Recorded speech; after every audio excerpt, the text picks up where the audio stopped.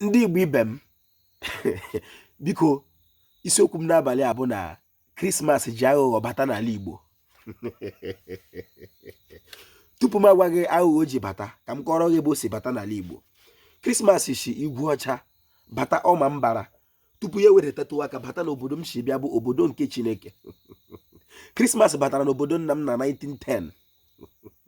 Onye ọma mbara emewele Krismas tupu ya ama m n'aka. Were ntị onye Igbo n'obi onye Igbo ka m akọwara gị na Krismas ji aghụghọ bata n'ala Igbo.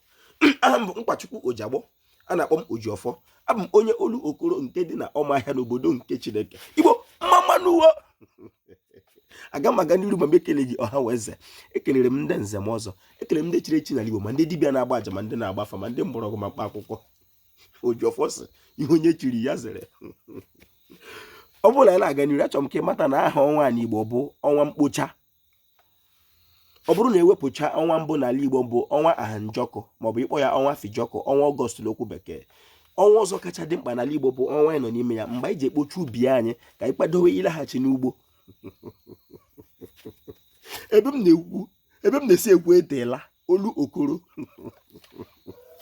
Ọ obodo m si bịa n'ala Igbo ndị na-ekweteghị na eluigwe dị, ha kpọ ya eluigwe te.